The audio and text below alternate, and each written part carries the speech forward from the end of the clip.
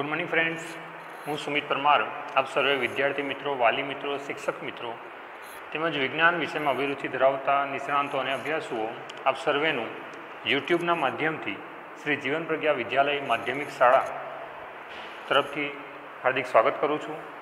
તો મિત્રો, ગયા લેક્ચરમાં આપણે કઈ કઈ બાબતોનો અભ્યાસ કર્યો?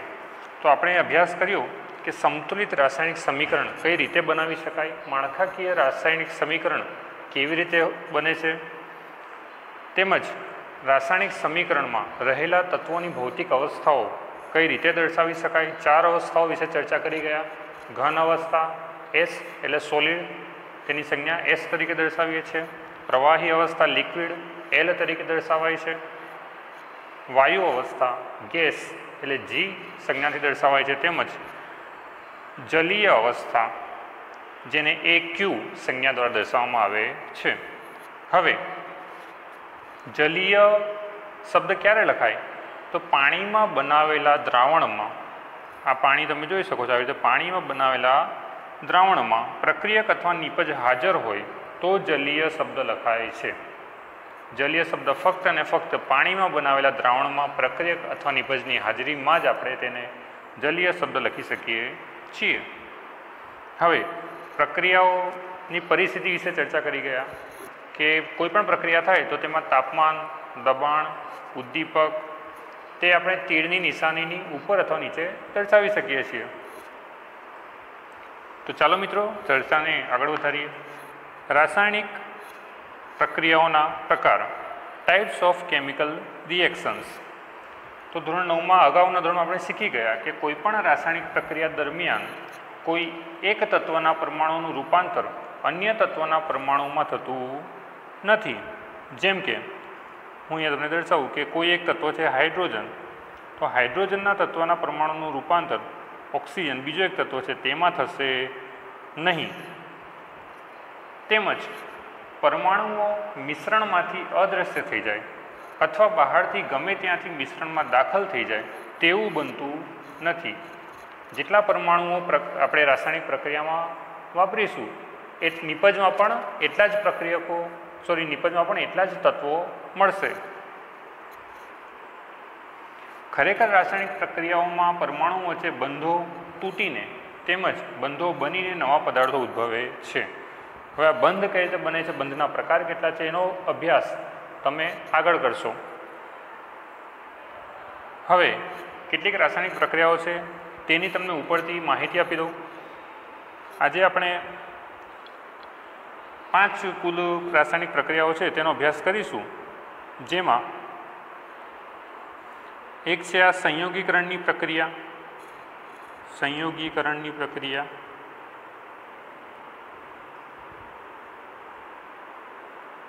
બીજી પ્રક્રિયા આવશે મિત્રો વિઘટનની પ્રક્રિયા, ત્યારબાદ વિસ્થાપનની પ્રક્રિયા, ત્યારબાદ દ્વિવિસ્થાપનની પ્રક્રિયા,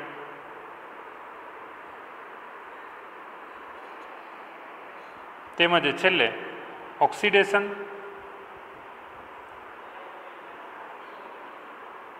અને રિડક્શન।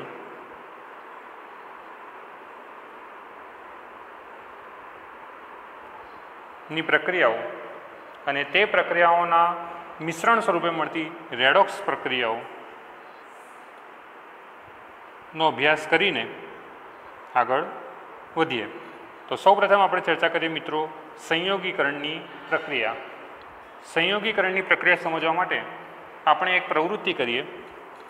પ્રવૃત્તિ માટે કેટલાક જરૂરી સાધનો નીચે મુજબ રહેશે, જેમાં આકૃતિમાં દર્શાવ્યા પ્રમાણે મિત્રો એક બીકર જોઈશે, પાણી જોઈશે, તેમજ કેલ્શિયમ ઓક્સાઇડની જરૂર પડશે। હવે બીકરમાં કેલ્શિયમ ઓક્સાઇડ, આ બીકર છે તેમાં કેલ્શિયમ ઓક્સાઇડ અથવા કળી ચૂનાનો થોડો જથ્થો લેવાનો છે, તેમાં ધીરે ધીરે પાણી ઉમેરો। આકૃતિમાં દર્શાવ્યા પ્રમાણે બીકરને સ્પર્શ કરો। બીકરના તાપમાનમાં થતા ફેરફારની નોંધ લો। તો તમે જોશો કે જ્યારે તમે કેલ્શિયમ ઓક્સાઇડને બીકરમાં નાખીને ધીરે ધીરે પાણી ઉમેરો છો ત્યારે બીકરનું તાપમાન ધીમે ધીમે વધે છે. આ બીકરનું તાપમાન શું થશે મિત્રો? વધશે.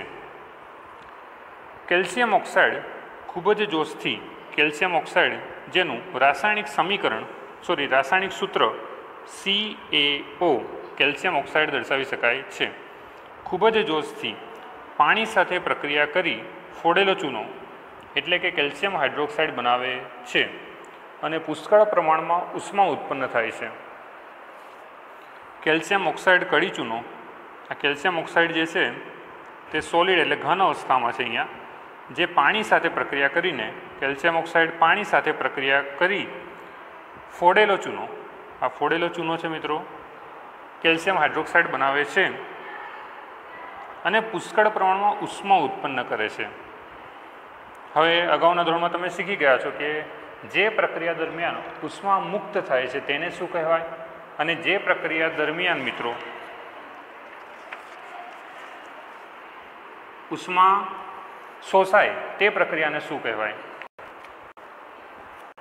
મિત્રો, સંયોગીકરણની પ્રક્રિયામાં આપણે શીખી ગયા કે એવી પ્રક્રિયા કે જેમાં બે કે તેથી વધુ પ્રક્રિયકોમાંથી એક જ નિપજનું નિર્માણ થાય તેને સંયોગીકરણની પ્રક્રિયા કહે છે.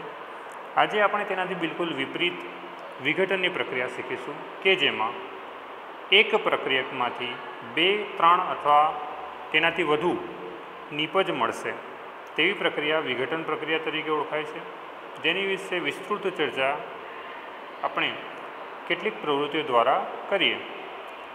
સૌપ્રથમ પ્રવૃત્તિ 1.5 જેમાં આપણને કયા કયા સાધનની જરૂર પડશે તેની ચર્ચા કરી લઈએ. તેમાં આપણને મિત્રો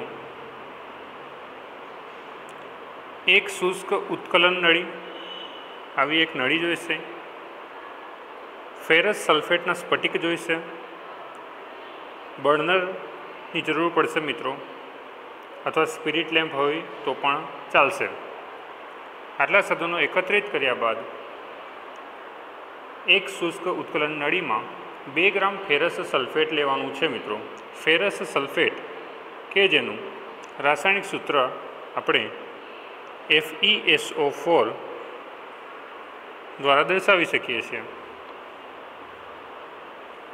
ફેરસ સલ્ફેટના સ્ફટિકનો રંગ નોંધો, એટલે કે પ્રવૃત્તિ શરૂ કર્યા પહેલાં ફેરસ સલ્ફેટના સ્ફટિકનો રંગ નોંધી લેવાનો છે. ત્યારબાદ આકૃતિમાં દર્શાવ્યા પ્રમાણે ઉત્કલન નળીને બર્નર અથવા સ્પિરિટ લેમ્પની જ્યોત પર ગરમ કરવાનું છે. ગરમ કર્યા બાદ ફેરસ સલ્ફેટના સ્ફટિકના રંગનું અવલોકન કરો. તો અહીંયા તમે જોશો મિત્રો કે ફેરસ સલ્ફેટ FeSO4 ને પ્રવૃત્તિમાં ગરમ કર્યા પહેલાં અને ગરમ કર્યા બાદના રંગ જે છે તેમાં તફાવત જોવા મળે છે. હવે ફેરસ સલ્ફેટને ગરમ કરવાથી, એટલે કે ફેરસ સલ્ફેટ FeSO4ને ગરમ એટલે ઉષ્મા આપવાથી તમને ફેરિક ઓક્સાઇડ Fe2O3 મળે છે. તેમજ સલ્ફર ડાયોક્સાઇડ અને સલ્ફર ટ્રાયોક્સાઇડ બંને G એટલે કે વાયુ સ્વરૂપે મુક્ત થાય છે. હવે આ જે સમીકરણ છે તે રાસાયણિક રીતે સમતોલિત છે કે નહીં તે તમારે જાતે ચેક કરવાનું છે. આ પ્રક્રિયામાં તમે જોઈ શકો છો કે એક જ પ્રક્રિયક તૂટીને વધુ સરળ નિપજ આપે છે. અહીંયા તમે જોઈ શકો છો મિત્રો કે એક જ પ્રક્રિયક છે જેનું આ પ્રક્રિયક છે જે તૂટીને એક કરતાં વધુ સરળ નિપજ આપે છે. Sulphur dioxide, sulphur trioxide, Fe2O3 એટલે કે ફેરિક ઓક્સાઇડ મળે છે. આ પ્રક્રિયા વિઘટન પ્રક્રિયા છે. ફેરસ સલ્ફેટ FeSO4 × 7H2O એટલે કે પાણીના સ્ફટિકને ગરમ કરતાં તેમાંથી પાણી દૂર થાય છે. ગરમ કરશો એટલે તેમાંથી પાણી શું થશે મિત્રો? વયું જશે અને સ્ફટિકનો રંગ બદલાય છે. ઉપરાંત તે ફેરિક ઓક્સાઇડ એટલે કે Fe2O3, સલ્ફર ડાયોક્સાઇડ SO2 અને સલ્ફર ટ્રાયોક્સાઇડ SO3માં વિઘટિત થાય છે. ફેરિક ઓક્સાઇડ ઘન છે, જ્યારે સલ્ફર ડાયોક્સાઇડ, ફેરિક ઓક્સાઇડ કેવું છે મિત્રો? સોલિડ ઘન છે, જ્યારે સલ્ફર ડાયોક્સાઇડ અને સલ્ફર ટ્રાયોક્સાઇડ જે છે તે વાયુઓ છે. કેલ્શિયમ કાર્બોનેટનું ઉષ્મા આપવાથી કેલ્શિયમ ઓક્સાઇડ અને કાર્બન ડાયોક્સાઇડમાં થતું વિઘટન વિવિધ ઉદ્યોગોમાં ઉપયોગમાં લેવામાં આવતી એક અગત્યની વિઘટન પ્રક્રિયા છે. એટલે કે મિત્રો, જો આપણે કાર્બન ડાયોક્સાઇડ વાયુ મેળવવો હોય તો તમે કેલ્શિયમ કાર્બોનેટને ગરમ કરીને મેળવી શકો છો. કેલ્શિયમ કાર્બોનેટ CaCO3, બરાબર છે. કેલ્શિયમ કાર્બોનેટનું રાસાયણિક સૂત્ર છે CaCO3, કે જે આરસ પહાણનું રાસાયણિક સૂત્ર પણ છે, જે અગાઉ આપણે જોઈ ગયા હતા. આરસ પહાણનું રાસાયણિક સૂત્ર પણ આ જ છે, CaCO3.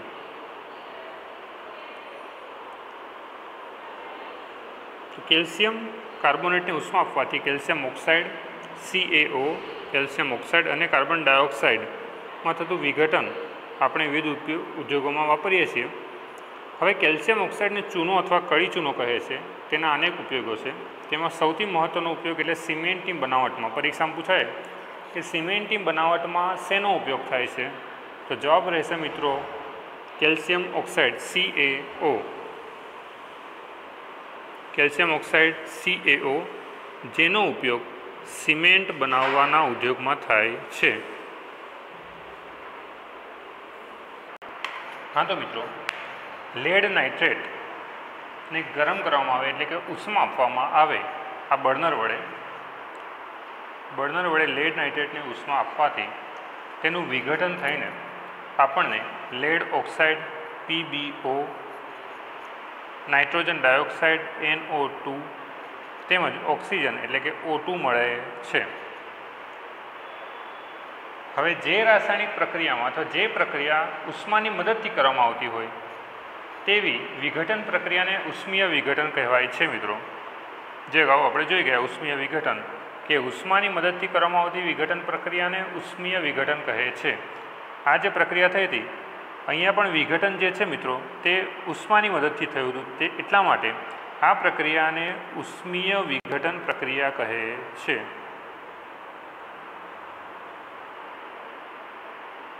આ પ્રક્રિયામાં પણ મિત્રો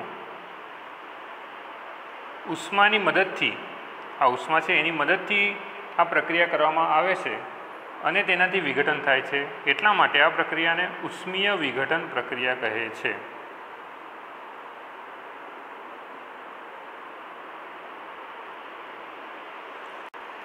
હવે લેડ નાઇટ્રેટને ગરમ કરીએ ત્યારે કથ્થઈ રંગનો ધુમાડો ઉત્પન્ન થતો દેખાશે. આ ધુમાડો નાઇટ્રોજન ડાયોક્સાઇડ NO2નો છે. કથ્થઈ રંગનો મિત્રો ધુમાડો ઉત્પન્ન થશે, જે તમે અહીંયા જોઈ શકો છો આકૃતિમાં, જે નાઇટ્રોજન ડાયોક્સાઇડ એટલે NO2નો છે.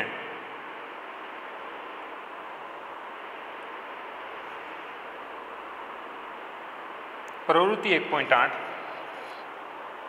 જેમાં તો મિત્રો પ્રવૃત્તિ 1.8માં 2 ગ્રામ સિલ્વર ક્લોરાઇડ કયા સાધન સામગ્રીની જરૂર પડશે તેની ચર્ચા કરીએ. તો 2 ગ્રામ સિલ્વર ક્લોરાઇડની જરૂર, જે આકૃતિમાં તમે જોઈ શકો છો. આ 2 ગ્રામ સિલ્વર ક્લોરાઇડ, તેનો રંગ પ્રવૃત્તિ પહેલાં અને પ્રવૃત્તિ બાદ તમારે નોંધવાનો રહેશે.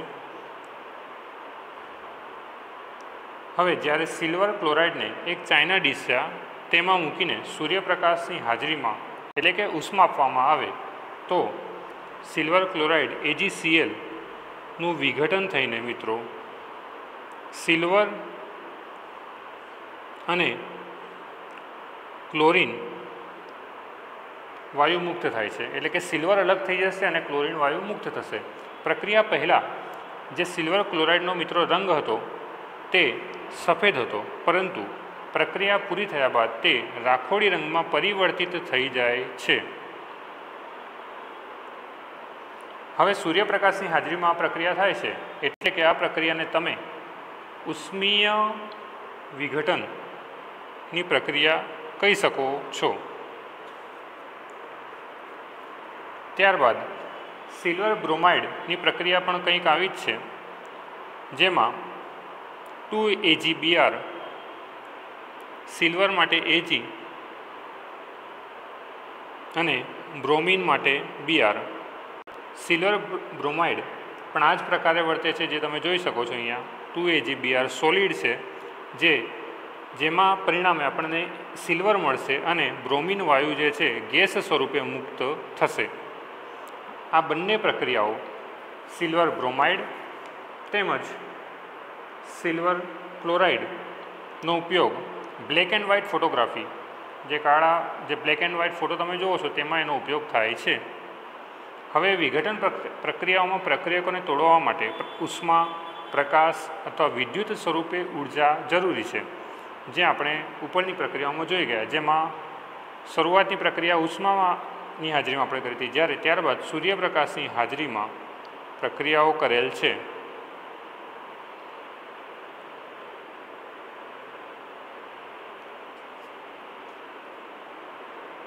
જે પ્રક્રિયાઓમાં ઉષ્મા શોષાતી હોય તેવી પ્રક્રિયાને ઉષ્મા શોષક પ્રક્રિયા કહે છે।